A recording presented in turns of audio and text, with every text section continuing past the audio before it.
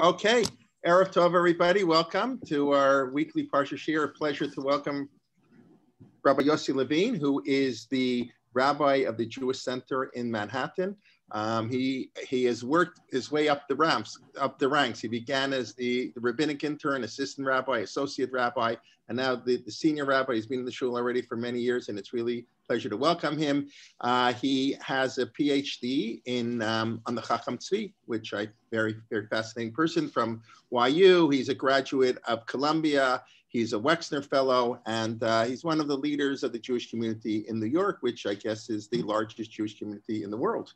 Even though Yerushalayim and Israel may be the most important, still New York is still the largest in the world. So it's a pleasure to welcome you to Torah Motion. Bakasha, it's all yours. Thank you so much, Rabbi Kelman. It's wonderful to have the opportunity to do a little learning with you this evening. And thank you for everything that you've done to create this extraordinary program which disseminates Torah to thousands and tens of thousands of people the world over. It's an extraordinary Kiddush Hashem, and we're all very grateful. Also want to just take a moment to acknowledge the wonderful Jewish Center members who are on the call, and extra points for those who are sharing their screens so that we have a chance to see each other, if not in person, then at least to be able to relate to each other visually, which is always great. Just a couple of logistical points before I jump in. Everyone should have access to the source sheet. It went around in the email. It's on the website, and you have it in the chat. You should be able to bring it up. My personal preference is to share the screen a little less so that we can see each other a little more. But over the course of the shir, I will use the share screen to make sure everyone is, quite literally on the same page. But if you have it, I'll be referring to the source sheet. The chat is open if anyone would like to ask questions. I'll either pause over the course of the time together, or we'll leave some time at the end to entertain questions. Of course, if we were in person, it would be interactive, and I would love to learn from the wisdom of this group more fully. So we'll have to reserve an opportunity to do that after the pandemic is over, and certainly over in Canada. I don't know what the weather is where everyone is, but I can say here in New York City, this has been an exceptionally hot week. And I was just reminded of the Frenchman, the German, and the Jew who are traveling through the desert in the sweltering heat. And the Frenchman says, I'm so hot, I'm so tired, I must have a glass of wine. And the German says, I'm so hot, I'm so tired, I must have a glass of beer. And the Jew says, I'm so hot, I'm so tired, I must have diabetes. So, hopefully everyone is managing the heat, okay. But I just use that as a segue to return with you to one of the chronologically last episodes that takes place in the sweltering heat of the Midbar in the 40th year of the desert. Okay? So if you have the source sheet, I would invite you to open it to source number 1, or if you have a Chumash handy, this is Perek Chav Zayin. What I'd like to do is return with you to a relatively well-known episode in Parshat Pinchas, the story of the 5 daughters of Tzolafchad. I'd like to do a close reading of the psukim where we learn the ikar of the story, the centerpiece of the story. It's a short text. I want to kind of make some trouble, ask some questions about what's happening in the text, and then I want to study a few sources with you that I hope will shed some light on what might be going on here. Not obscure sources, classic sources, sources from the Medrash and the Gemara and the commentaries to the Torah, and hopefully make an argument that will be compelling. So let's jump right in. Again, source number 1 in the source sheet. This is the very beginning of Perek Chav Zayin. As it's the first source on the sheet, I'll put it up on the screen. Okay.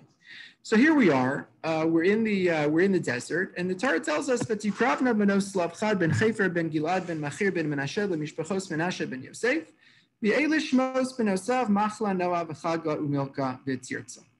Okay, so these 5 daughters of Tzolafchad approach. Okay, they draw near.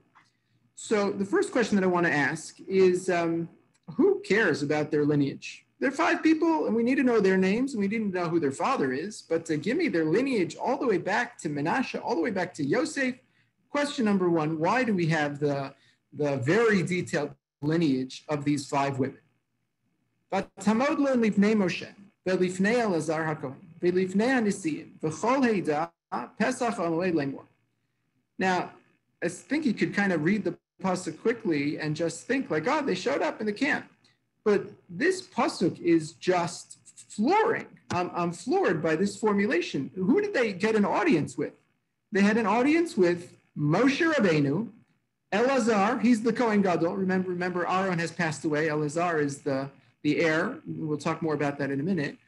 They have an audience with Moshe, with Elazar, Lifnei Nesiim, okay, that's the heads of every tribe, V'chol Haida, and by the way, the entirety of the nation, Pesach Olam Moed, right at the entrance to the tent of the meeting, to the Mishkan. Question number 2, what are we to make of the fact that they have an audience with the entirety of leadership and membership of the Jewish people? Pasuk Gimel. Avinu meis bamidbar v'hu lo haya b'soch haida anoadim al Hashem b'adas korach ki b'chet'o meis uvanim lo hayu lo. So now they tell their story and they give their background. They say, our father died in the wilderness. And we just want to let you know that he wasn't part of the Korach Chevra. The Korach, the rebellion, and they were swallowed and there was a fire. He wasn't part of that whole story. Okay, B'chet'o meis, he died on account of his own sin, and ubanim lo hayu lo, he had no sons. Now we could understand, because we know the story, the fact that he has no sons, he has no heirs, we're worried. So we understand what that's doing here. But what about the rest of this? What about the rest of this pasuk? The fact that he wasn't in the Korach rebellion, he died with his own sin. Why does that matter? Right? Why should we care specifically? Did I think that how many people died in the Korach rebellion? If I counted correctly, 253. I think that's the number. So he wasn't, as a minority who were part of that group, he wasn't part of that group. Why would I have thought he's part of that group? Question number 3, what's the meaning of not being part of Korach? Vayakrev Moshe es mishpatan lifnei Hashem. Moshe brings before Hashem their case. Okay. Brings before Hashem their case. And then we'll just go through quickly. Vayamar Hashem al Moshe limor Kain beno slavcha davros nasam titem lachuzas nachala b'soch achei avihem v'havarta es nachalas avihen lahem. And Hashem says, they're right. They got it right. You should give them the nachala that belongs to their father, and it's going to pass from their father to them. Which, again, there's no precedent for this before, because we haven't had a case where father had no sons, only daughters. This is all news. And then the Torah goes on, that's the halacha, that's the new rule, that's the new law that everyone should know about. You got to know that in the absence of sons, daughters are going to inherit. So I want to think about some of these questions as clues, and I want to come back to them gradually to think about how they might inform what the Torah is arguing here. But before we do that, I want to zoom out and place things in a broader context, because my argument is that the story of Tzolafchad and the daughters of Tzolafchad can only be properly understood, can only be properly appreciated within the grand sweep of the narrative of Sefer Bamidbar, and specifically the part of Bamidbar where we find ourselves in these parshios, particularly Chukas, Balak, Pinchas. Now, in Perek Chaf, at the very beginning of Perek Chaf, this is source number 2, and I'll put it back on the source sheet. There's a kind of innocuous pasuk. And we just read it quickly. We don't pay that much attention. It says, "Vayavo b'nei Yisrael kol ha'idam midbartzin b'chodesh harishon, vayeshev ha'am b'kadesh v'tamas sham Miriam v'tika be'ersham." Now, what happens when we read a pasuk like this is we focus on the real meat and potatoes. It's the death of Miriam, right? This is a very important pasuk. And we focus at the end of the pasuk because that's what the narrative is about, that's what the story is about, that's what grabs our attention. And we kind of don't pay any attention to the details of the Jewish people came and they were in a place called Sin, and we don't really know the geography of the desert anyway, so what does it matter where Sin is? And it was B'chodesh HaRishon, it happens to be in the month of Nisan. Okay, that doesn't move us that much either. And they're living in a place temporarily called Kadesh. Why does any of it matter? What matters here is something that Rashi points out, which is fundamental to understanding everything that's about to follow. It's one very crucial detail. Rashi writes, he says, Kol Ha'ida. Notice that, again, we didn't even bother translating it because it's so obvious. What are you going to tell me, that only half the Jewish people made it to this part of the, no, they're traveling as a group. It's the whole community, it's the whole nation. They obviously all came, but it's a puzzle. If that's so obvious, then why would the Torah go out of its way to say Kol Ha'ida? Of course it's Kol Ha'ida. So Rashi says, no, this is very important. This is telling us something that we otherwise might have missed. Kol Ha'ida, Eida HaShlema, Shekvar Mesu Mesei Mispar Ve'elu Pershu L'chaim. Rashi says this is a fundamental moment of transition in the narrative of Sefer Bamidbar. Up until now, we've been in the first 2 years of the story. Everything that happened in that first year and a half after the Exodus.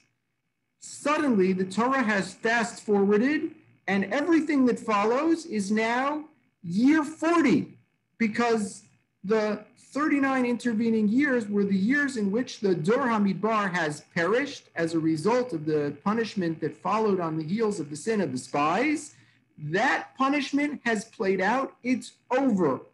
The generation that was responsible for the sin of the spies has died.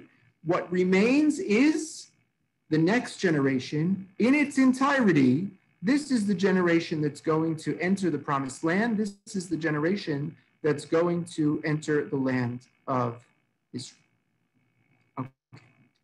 So with that in mind, we have to start to recognize one of the important issues that the Torah takes up at this time, and some of it is actually quite easy to spot, and it's totally intuitive, because if the previous generation has died out, and we're now right at the precipice, right at the cusp of entering the land of Israel.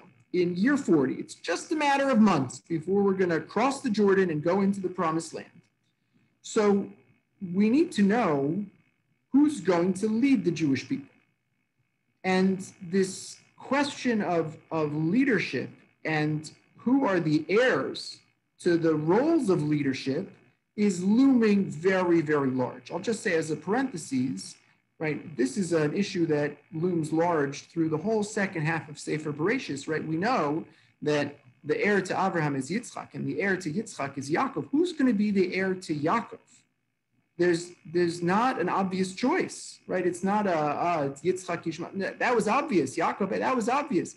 When it comes to the 12 tribes, well, who's it going to be? Is it Ruvain? Is it Shimon? Is it Yehuda? Is it Levi? Is it Yosef? You can make a strong argument for any of them, and you get these kind of clues as to why one might be entertained and why another might be disqualified. It's looming because we need to know, as the story is going to progress, who's going to lead us. And that same phenomenon is happening at this moment in the story of Sefer Bamidbar. Okay, so the first question that comes up is the question of the kahuna. There's only been one Kohen Gadol this whole time. There's one person, right? Other than maybe Moshe doing the avodah at the beginning. It's Aaron. It's Aaron a Kohen. That's his whole identity.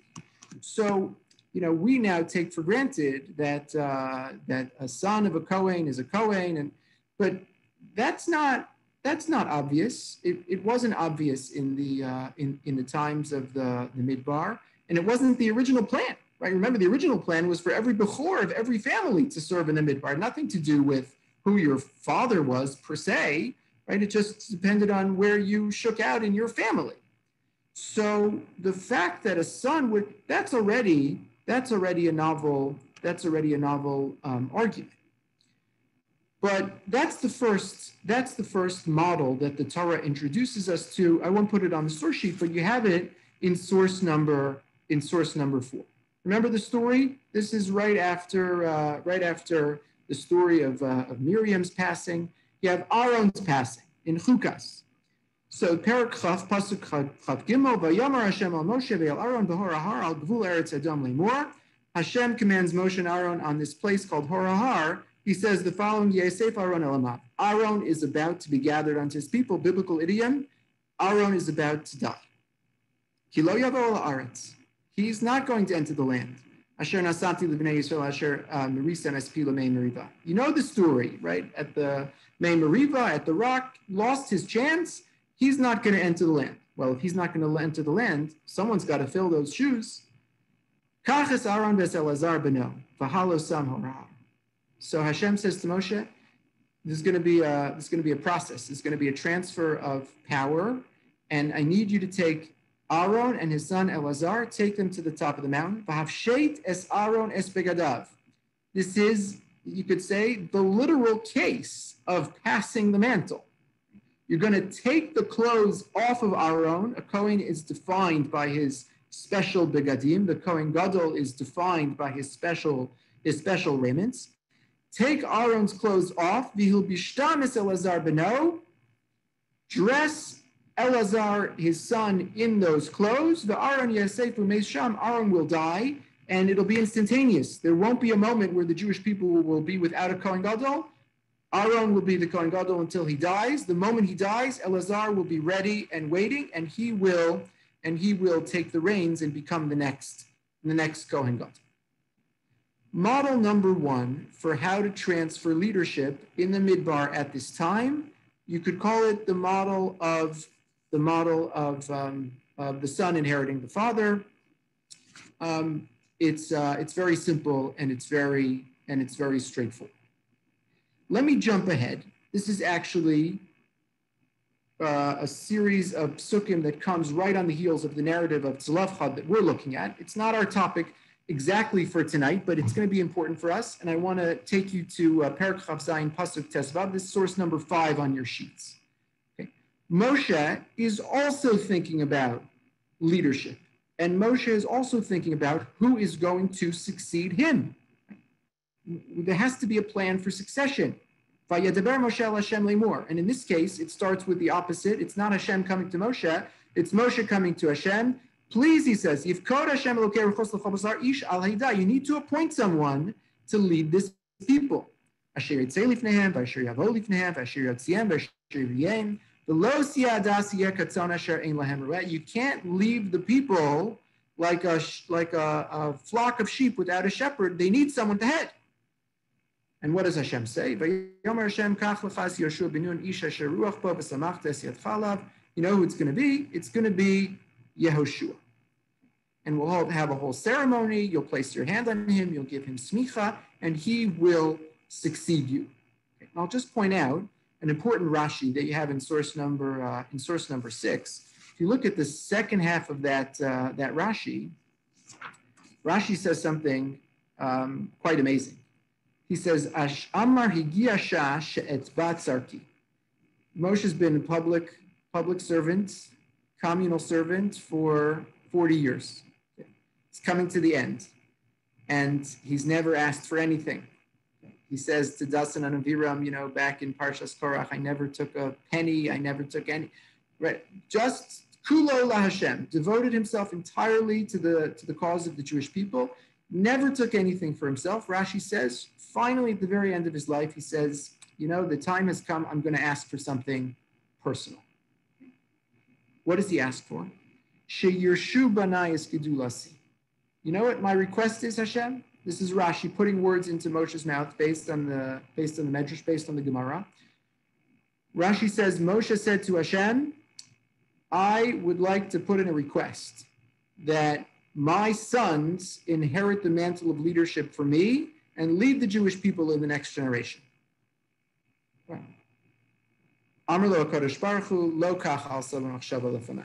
Hashem says, sorry, that's not my plan. I don't have that plan. I have a different idea.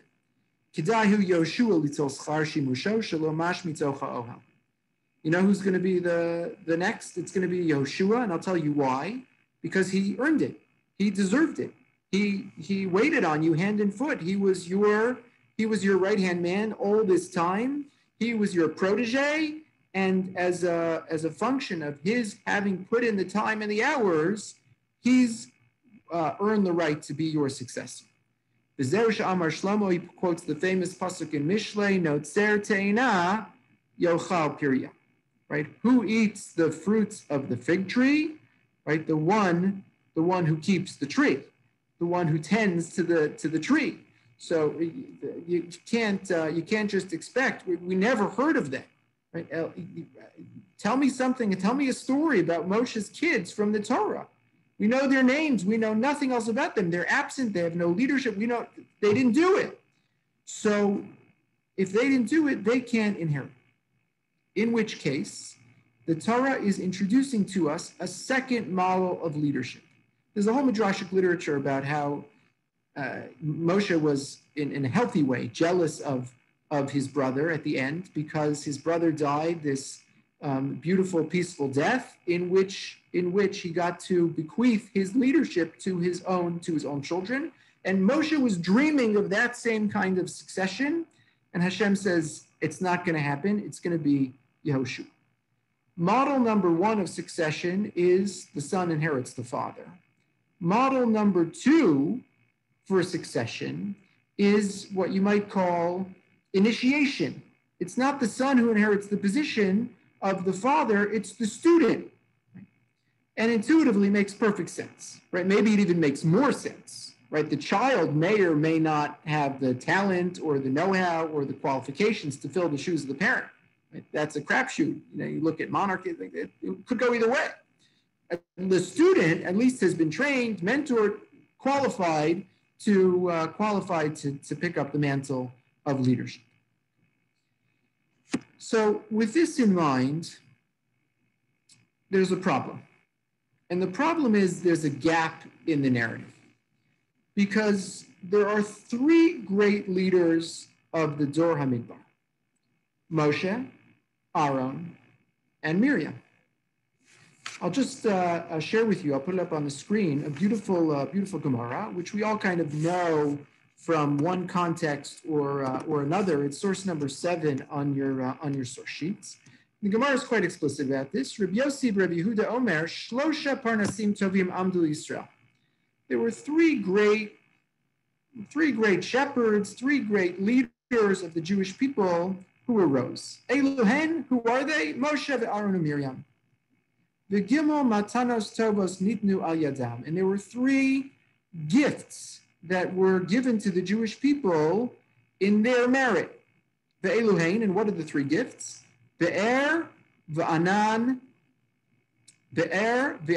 Uman. The well of water that followed the Jewish people throughout their years in the wilderness so that they would have what to drink.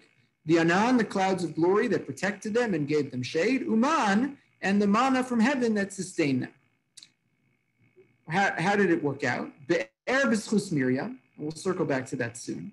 The well was in the merit of Miriam. Amud Anan b'schus Aaron.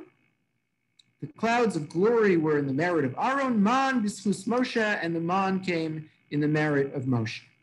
And then, upon the death of each leader, their corresponding miracle ceased. Mesa Miriam nistalka habe'er. And then the Gemara goes on. So, my point in bringing this up is that if we know how Moshe's leadership is transferred, and we know how Aaron's leadership is transferred, then there must be some clue in the Torah about how Miriam's leadership and the qualities that she brought, which are maybe symbolized by the Be'er. So who inherits them in the next generation? So I've already telegraphed the answer, but I want to show it to you as it develops. I want to study with you, this is maybe the only source on the sheet tonight that is a little less known and maybe a drop more obscure, even though it's Sifrei, right? It's from a classic collection of Midrashim. want to study this medrash with you carefully. This is source number 8. The medrash writes the following: Batikravna benos slavchad.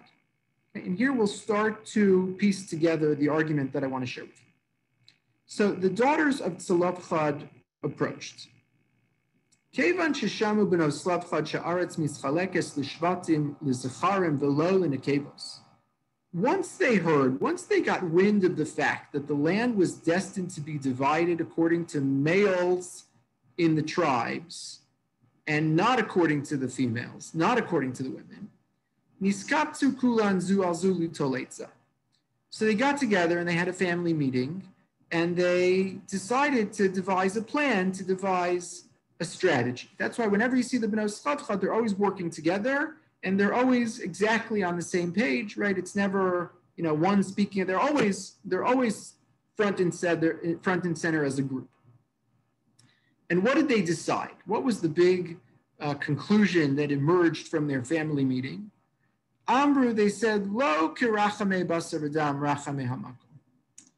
This is, the orientation of human beings is different than the orientation of Hashem. Here's why.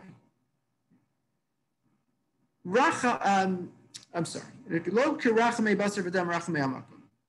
Basar v'dam rachamav al zecharim yoser min hanekevos. Okay, this is amazing. This is, like a 2,000-year-old medrash. It's as contemporary as if it were written yesterday. Okay. So they come together and they say, look, people are prejudiced. People are sexist, and they tend to have, a greater affinity for or more compassion toward men. That's just how human beings function. Aval misha amar v'hayah ha'olam ein okay. But Hashem, the creator, whom we're supposed to imitate, he doesn't function that way. He doesn't play favorites. Ela rachamav al hazacharim v'al hanekevos. Rachamav al hakol. There's no prejudice. There's no discrimination. There's not men before women, women before. It doesn't work that way. In the eyes of Hashem, he is rachamav al hazacharim v'al hanekevos. Rachamav al hakol. His compassion is dispensed in equal measure, irrespective of whether a person happens to be male or female. It's just not relevant. Shenemar, based on the pasuk that we say 3 times every day in Ashrei, Tov Hashem l'chol v'rachamav al kol ma'asav. Hashem is good to everyone and shows compassion to all of his creations. Okay. Now, this is an amazing text on many levels. I just want to zoom in on one. These 5 women, the B'nai Slavchad, freely recognize that left to their own devices, human beings may have prejudices, human beings may leave people behind, right? Which is what they're saying. You're going to go into the land and our family and us women, we're going to be left behind. We're not going to be included. You're going to leave us out. But they also recognize that in an objective world, in the eyes of Hashem, there's no room for prejudice and no one can get left behind. That's not how it's supposed to be. What I want to argue is that B'nai Slavchad pick up where Miriam leaves off. It's not just that she was a model of women leadership and these are women leaders. Of course, that's true, and that point shouldn't be lost on us. But there's something much, much more. And I want to see if I can break it open with you in the time that we have remaining. What is Miriam's great contribution in the Torah? What I want to argue, and maybe this is the most important thing that I want to leave you with, what I want to argue is that Miriam had a knack for bringing people together.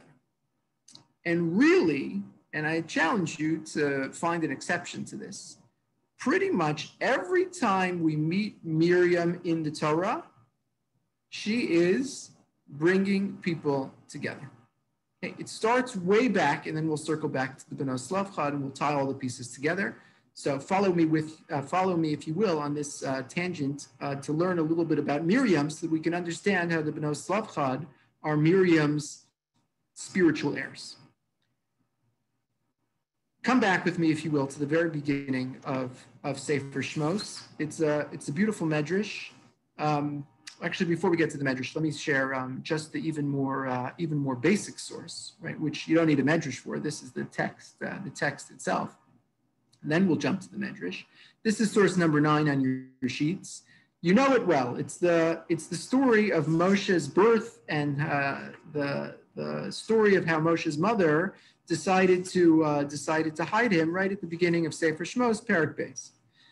We'll just do it quickly, okay? V'yelech ish mi beis Levi b'kachas bas Levi. Okay, a woman from the house of Levi married a man from the house of Levi married a woman from the house of Levi. Vatari isha v'teled ben v'teraso kitova titzbeneu shloshla yerachim. They hide the baby for 3 months. V'lo yachla od hitzbeno. She can't hide the baby any longer. V'tikach lo tevas gome v'tachmar b'chem ma'avazapes v'tasim b'as hayeled v'tasim b'supas v'asior. She puts him in the basket at the banks of the river. Who's in charge of looking out for this defenseless little 3-month-old baby? The baby's big sister, Miriam. Introduction to Miriam. And what happens? The baby gets discovered.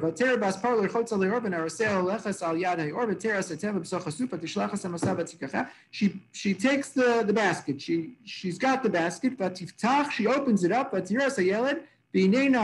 She finds this baby. The baby's crying. She has compassion. And she says, this must be a Jewish baby from the Israelites. And who's Johnny on the spot? Okay, the story could have gone in a whole bunch of different directions from this moment. Miriam steps up, Vatomer achoso el bas Paro. Right, how much gumption did she have to go to the princess, to the daughter of Paro, and say, I have a whole plan for you. You know what I can do? I can find a Hebrew woman who can nurse the baby. How about it? And what does Miriam do? She reunites baby Moshe with his mother. Okay, exhibit 1, Miriam as the great uniter and reuniter. Exhibit 2, okay, this is the medrash, or here I have it in the Gemara, in source number 10. And again, you know this, but it's amazing just to see it in this context.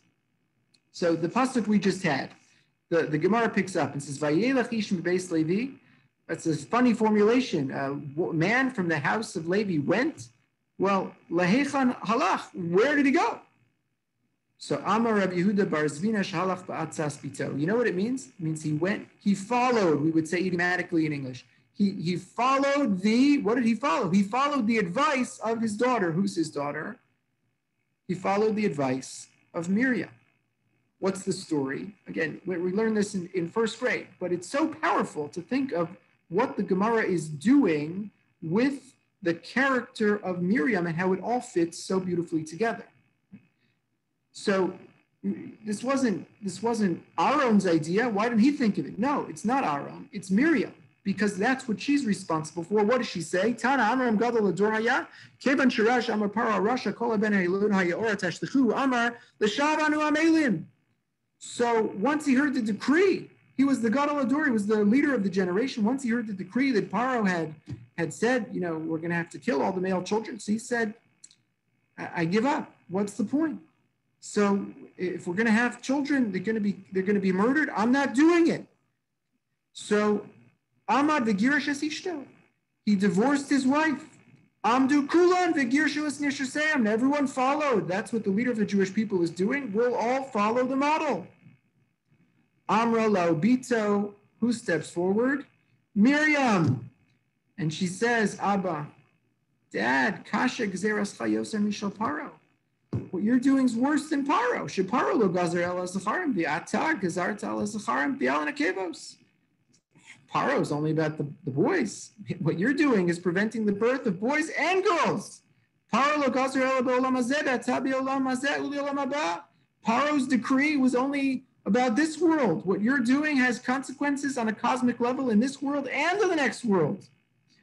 Paro harasha safek miskayemes gzeraso safek eno miskayemes. king makes a decree. We don't know how it's going to shake out in reality. Maybe it'll be executed. Maybe it won't be executed. Atat tzaddik b'vadai shegzeras chamis kayemes. But you're a tzaddik. What you do will certainly come to fruition if you make a decision and everyone decides to follow. So the Medrash concludes, Vayakam lach amad v'chsiras ishto amdu kulan v'chsiras nishasem. He went back, got together with his wife. Everyone got back together with their wives. We know the rest of the story. Exhibit number 2, Miriam bringing people together. She reunites her parents. Exhibit number 3, source number 11. In the interest of time, we won't go through the whole story, but you know it well. After Yam Suf, Batikach Miriam and Nebiya Achos Aaron Es Hatov Biadav Etzitzei Kol Hanashim Acharei Betuvim Umecholos. The men saying with Moshe Az Yashir, Miriam gathers all of the women. She brings everyone together in song after the miracle of Yam Suf. Exhibit number 3, and finally exhibit number 4. And this one we can look at inside because it's a little subtler and a little easier to miss. Remember the story? It's actually a story that we think of in an unfavorable light. The story of Miriam and the lashon hara that she told about her brother Moshe. So let's just look at it, revisit it for 1 second, and you'll see that at least according to Rashi's understanding of what's happening in that story, it was the same phenomenon. It was just Miriam doing her thing, getting people back together. Source number 12. V'tadaber Miriam be'Aaron v'Moshe al odos ha'isha kushis asher lakach kisha kushis lakach. Strange pasuk. Okay, we could spend the whole shir just on this pasuk, but Miriam and Aaron were talking, and what were they talking about? Al odos ha'isha kushis. They were talking about the story of this Cushite woman. So if you look at source number 13, so again, in the interest of time, I'll just focus on the salient part. She overheard Zipporah's reaction to other Nevi'im when they were appointed, and Zipporah said, I feel bad for them because I know what it's like to be married for a Navi. I feel bad for their wives. If they're Nevi'im, they're going to have to separate from their wives as well. She thought all Nevi'im functioned like Moshe Rabbeinu. So the second to last line in source number 13, Umisham yada Miriam v'higida la'aron. This is what Miriam had overheard, and this is what she communicated to Aaron. Ma Miriam shalom iskablu l'gnusu kain kafna and shah kavachamer l'mesaper gnusa shal chaveru. So Rashi moralizes at the end. She says, Miriam didn't intend this for any untoward purpose. Her motives were pure. So kal v'chomer, how much worse it is someone prattles and says something they shouldn't say with something less than pure motivation. But what Rashi also alludes to is the fact that Miriam's motivations were salutary. Al odos haisha, al odos gerushea. What were they talking about? They were talking about the fact that Moshe had separated from his wife, and Miriam was dreaming of the possibility that she could reunite them. That, and this is the whole continuation of the story. Again, you'll look at it more in Parshat Shavua when you have a chance. But this was Miriam's argument. I'm a Nevi'ah. I'm not separated from my husband. My brother Aaron, he's a Navi. He's not separated from his wife. So why is Moshe different? And then, there's an answer to that question, right? That Moshe is sui generis, and he doesn't play by the normal rules. And that was once in a generation, and maybe once in Jewish history. But the point is, Miriam's failure was just to recognize that Moshe was sui generis. This was, again, just Miriam in character, attempting, as she always does, to bring people who might otherwise be separate back together. And of course, I'll just say, in a sort of nutshell, symbolically, this is all captured by the line we saw in the Gemara. What was the gift that the Jewish people received in the merit of Miriam? The be'er, the well of water. Right? Whenever there's a be'er in the Torah, and think of all the examples. What happens at the be'er? It's the watering hole. Right? It's the contemporary water cooler. I don't know if we have water coolers anymore in a post-COVID world, because I don't know if we have offices.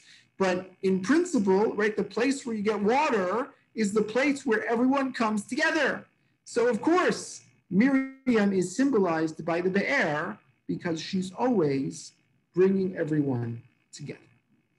Now I want to tie together some of our loose ends. I'll try to wrap things up and leave a little time at the end for some questions and discussion. What I want to argue is that both locally and globally, this is exactly what Benos Slavchad do as well. Go back for one moment to, this is one of our questions, go back to source number 1. Okay. This was the second pasuk that we looked at the very beginning of this section. The grievance brought by the Benos Slavchad is brought to whom? V'atamoda lifnei Moshe, v'lifnei Elazar HaKohen, v'lifnei Nisiim, v'chol eidah Pesach al Moed Lemor. I'm not aware of another time where we have this phenomenon. Who has this capacity? She has an audience with everyone. They're all there. The entire leadership and the entire membership of the Jewish people. Who else could pull this off, right? This is a Miriam trick to be able to pull together the entirety of the Jewish people. That's the first thing we learn about the Benos Slavchad, is that they bring everyone in the camp. They bring everyone in the camp together. Okay. And it fits perfectly. If their goal, remember the Medrash, if their goal is to ensure that no one gets left out, right? What better strategy than to make that point explicitly in front of the leadership and membership of the entire Jewish people, right? The medium is the message. Everyone's here. We don't leave people out. Everyone is going into the land, so don't discriminate against us because we happen to be of a different gender. No, there's one Jewish people, and we all have a share in the promised land. Maybe that's what they mean when they go out of their way to say that their father wasn't part of Adas Korach. Who cares, right? He died, whatever. There's no male children in our family. There's no father in our family. Right? Whatever the story is, why do they have to mention Korach? They mention Korach because they want to know, they want everyone listening to know that our father wasn't a person who sowed division, right? Korach is the epitome, he's the paradigm, he represents machlokes, right? That's what the Mishnah in Avos says, machlokes lo l'shem shamayim, shelo l'shem, right? That's Korach, he's the whole personification of division, discord, debate, and fracture. So they start by saying, that's not us, that wasn't him. We're not part of that Masorah. He died for his own sin.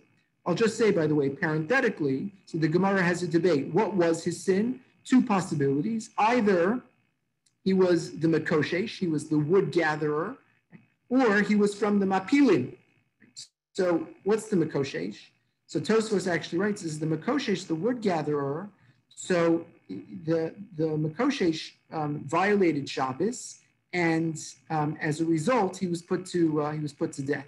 Tosfos says he did it intentionally, right? He wanted people to know that the punishment for violating Shabbos is a real thing, and you have to keep the mitzvos. And if there's any backsliding, right, there's a severe punishment. He gave himself up, right, for the greater good. And the Mapilim, right, the Mapilim too, were those who tried, right? It was the wrong move, but they said, you told us that as a result of the Meraglim, as a result of the spies, we can't go into the promised land. It's going to be 40 years. They said, no, we're sorry. We didn't mean it. We love the land. Let's go right now. And they rushed in, and they were cut down because it wasn't the right time, but it was the right thought that no, we really do love the land. Okay, that's the end parentheses. I should have started the parentheses so I could end them. But the possibilities of who Zelophehad was, point being, he wasn't from Adas Korach because we're here to bring people together. Korach was the person who broke people apart. The last question that we have unanswered is the first question with which we began, which is Vatikravna b'lo Zelophehad ben Chefer ben Gilad ben Machir ben Masheh ben Mishpachas Menashe ben Yosef. Why do we need that whole story, the whole family tree dating all the way back to Menashe and Yosef? A lot of the classic commentators say, Zionism, right, in a different anachronistic way. Yosef was the great lover of the land. Pakod, Yivkod, Hashem's going to remember me, take my bones and bury me in the promised land. Always keep your eye on the prize. We're going to go into that land. Never. So they're linking themselves to the promised land, right? Of course, that's one classic approach. What I want to argue is something slightly different, right? Which is, who's Yosef in Sefer Bereshis? Yosef is the great unifier. Whether or not he reconciles with his brothers, or we could debate, maybe he does. But at the very least, and this is undebatable, he reunifies his entire family. They had been apart geographically and ideologically, and now they're all back together, right? The father and the sons and their families and 70 souls, they're all there.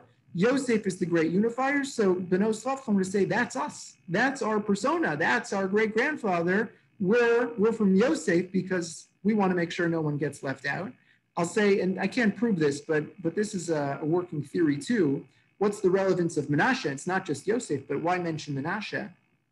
What happens, or we're going to see this in the upcoming chapters at the end of Sefer Bamidbar. What happens to the tribe of Menashe? This doesn't happen to anyone else. So there's two tribes that come and say, we want to settle in Transjordan. Right? Who are those two tribes? Reuven and Gad. And the other 10 tribes, they're ready to go into Israel proper. The very end of the negotiation, the story of Reuven and Gad, all of a sudden, out of nowhere, the Torah mentions, and Moshe gave to Reuven and Gad and Chatzi Shevet Menashe these lands in Transjordan. Half the tribe of Menashe, they didn't ask to be in Transjordan. They were never in the story. Where did that come from? That's totally out of nowhere. So it's possible, and this is a little speculative, but it would make perfect sense.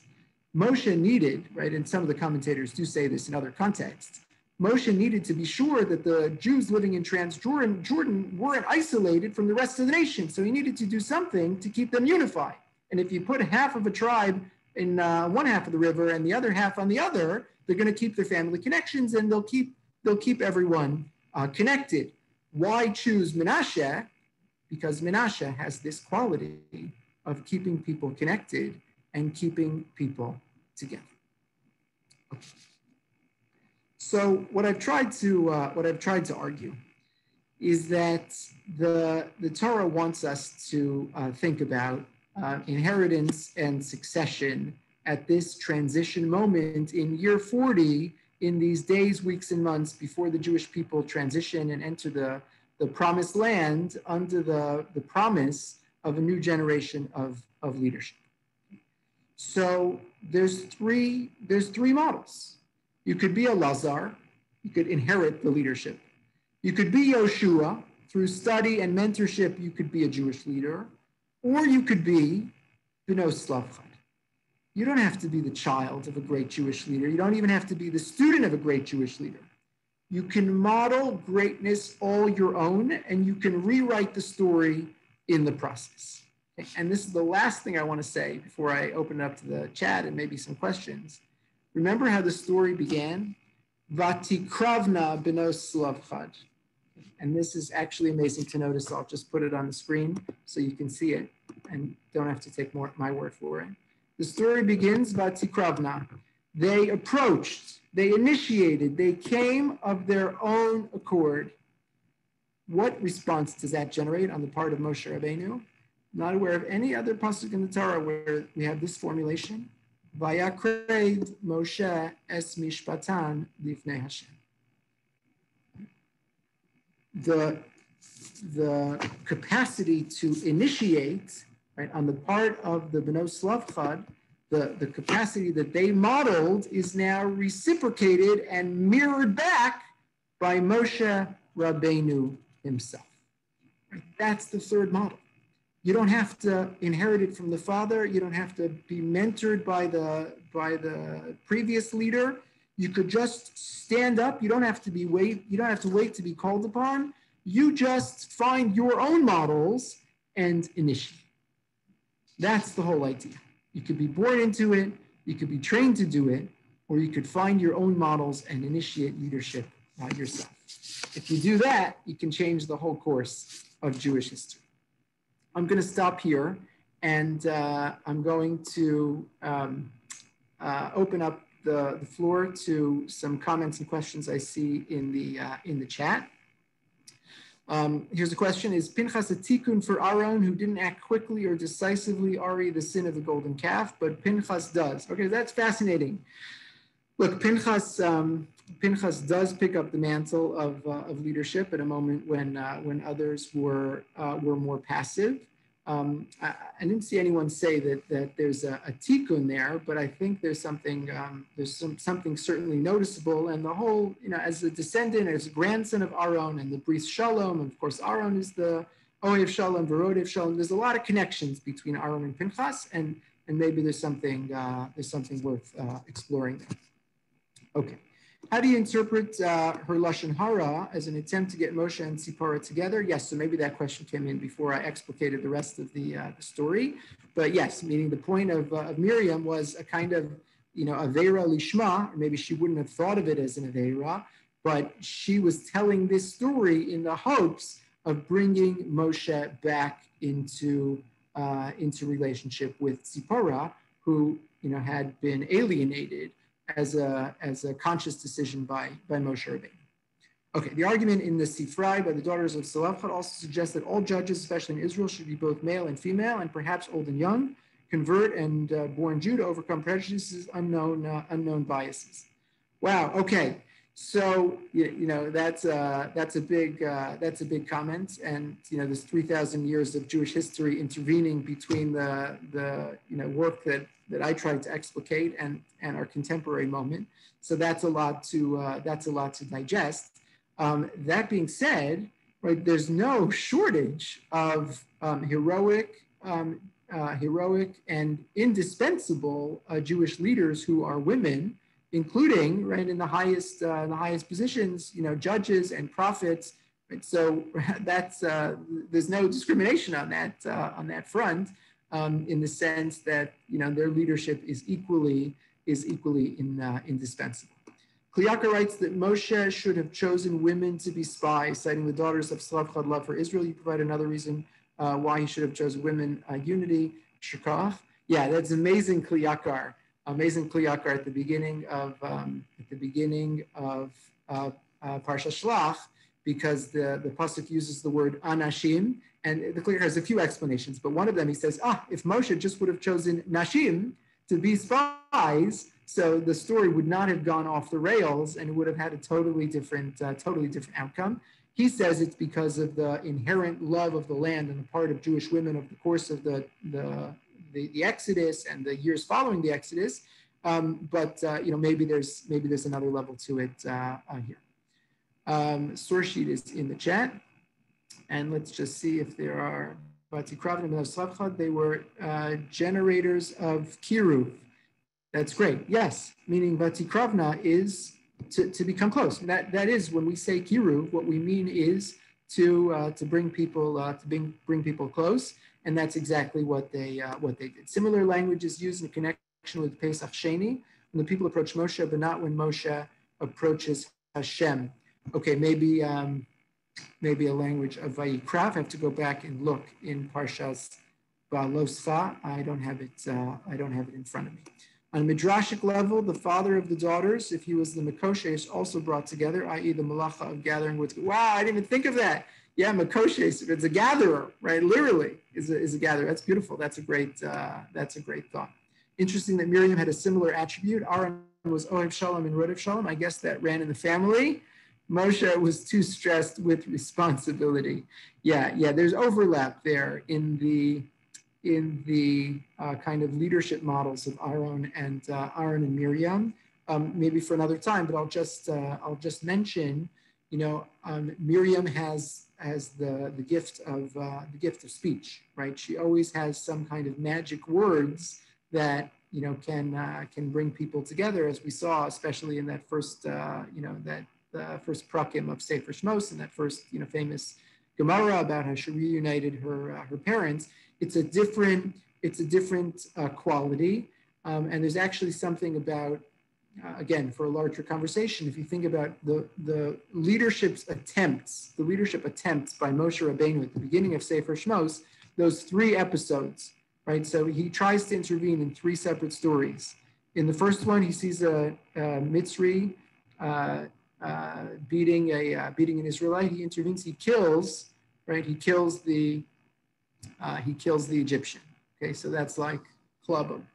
The second story, he tries to use words to intervene, right? And what happens, right? The 2 Jews are fighting it, and it doesn't work, right? And he's functionally exiled as a result of his attempt to use words, right? And the third story is ambiguous. It just says he drove the shepherds away, presumably, right, with force.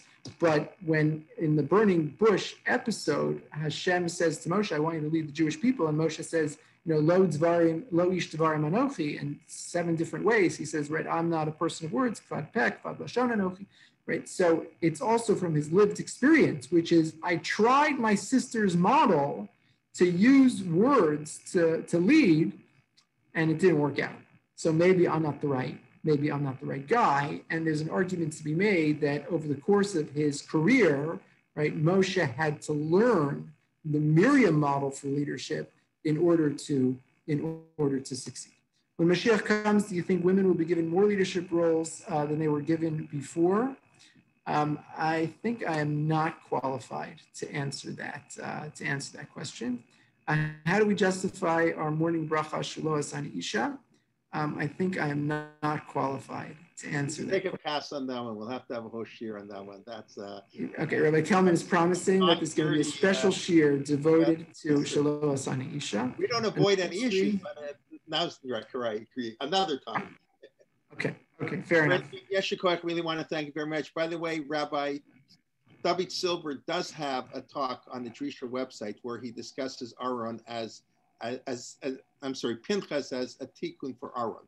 And he also discusses in that same talk how it's a fulfillment of the bracha, if you want to call it that, of Yaakov Avinu, of Shimon and Levi, to separate them. And by Pinchas killing the Levi, the head of Shevet Levi, that's the separation of the kahuna of the Pinchas and Levi. He puts that in together and he ties it into Chet Egel. Just on that note, from the question before, if anybody want to follow up on that.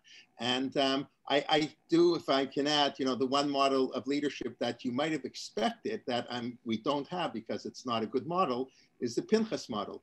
We don't want an extremist. There may be a place for extremism, maybe.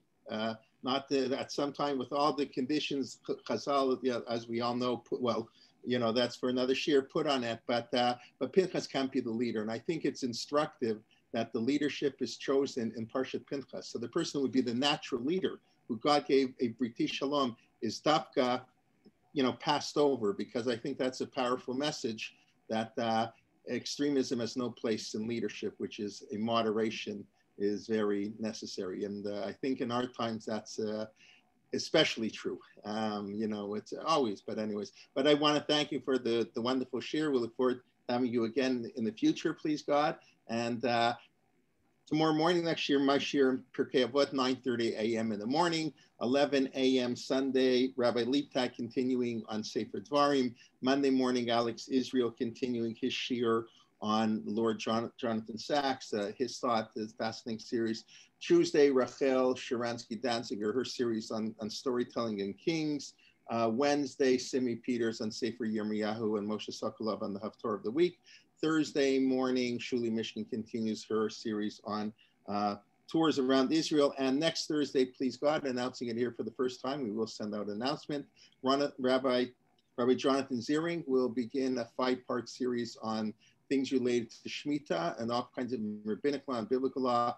As many of you, I'm sure, know, this upcoming year will be a Shemitah year. It's always exciting every 7 years what to do. And those who live in Toronto know Rabbi Ziering well, and those who don't, also, they should know him, upstanding young Talmid Chacham. And so please God, that'll beginning next week. We'll send out the information, and we look forward to learning with you, and be well. Invite a friend always if you enjoyed it. That's the best way.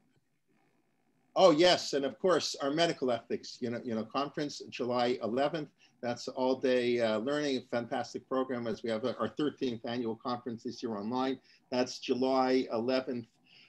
David Pelkowitz, Aaron Glatt, Avram Steinberg, Eddie Reichman. It's really right. Even Rabbi Levine's impressed. It's an impressive program. And of course, on Sunday the 18th, we'll have our annual Tisha B'Av program online. We have almost finalized the program. We'll send details, soon. That'll be pretty much late morning, afternoon, whatever, through the day on Tisha B'Av. So we look forward to learning with you.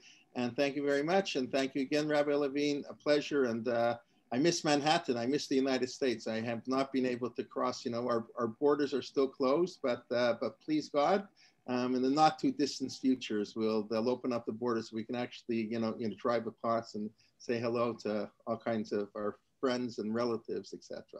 Thank you. We look forward. Thank you so much. Okay, thank you. Rabbi Levine, that was fantastic. I really enjoyed that. Thank you. Very good. Thank you. Wonderful. Thank you. Very interesting. Thank you. Okay, it's worth it to stay online. Here are all the thank yous. That's right. Okay. Miksat shvacha lefanav. Terrific. And I loved your Dvar Torah on Chazarat Hashatz. Ah, thank you. Thank you for your comments. I'll have to fix the notes. You were fantastic. It was very nice, but I didn't have the source sheets. I couldn't get them. Thank you. Have a good night. Excellent show. Excellent. Very good. Thank you. Thanks a lot. Thank you. And Rabbi, how do you get the source sheets? The source sheets. Where do you find this? Yeah, it's on the chat box, but the easy way to go, if you go to the program page on the website at torahmotion.org, type in programs, you'll see the Parshat Shavua, and then scroll down. It's long because we put all from the beginning of the year in Bereshit, but if you scroll down, you'll see all the source sheets and all the recordings. So if you want to listen to any of the ones you missed, the recordings and the source sheets are on the website. That's the easiest way to get it. Or you can see it if you take a look on the chat box a little bit earlier and just, click on the link and you'll get it there. In general, that's where all our source sheets are always posted on program pages, and that's where all the recordings are posted. Thank you. This is excellent. Thank you. And thank you for inviting people, Rabbi. Ira, if you're still around, nice to see you. Hello. I don't know if he's still around, but the 2L Kelmans family branch.